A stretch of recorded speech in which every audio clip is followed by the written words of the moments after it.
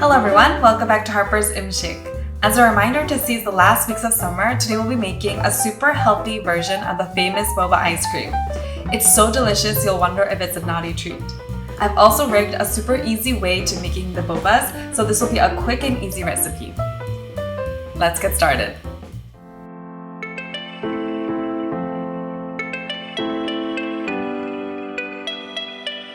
I always find myself grasping for summer at the end.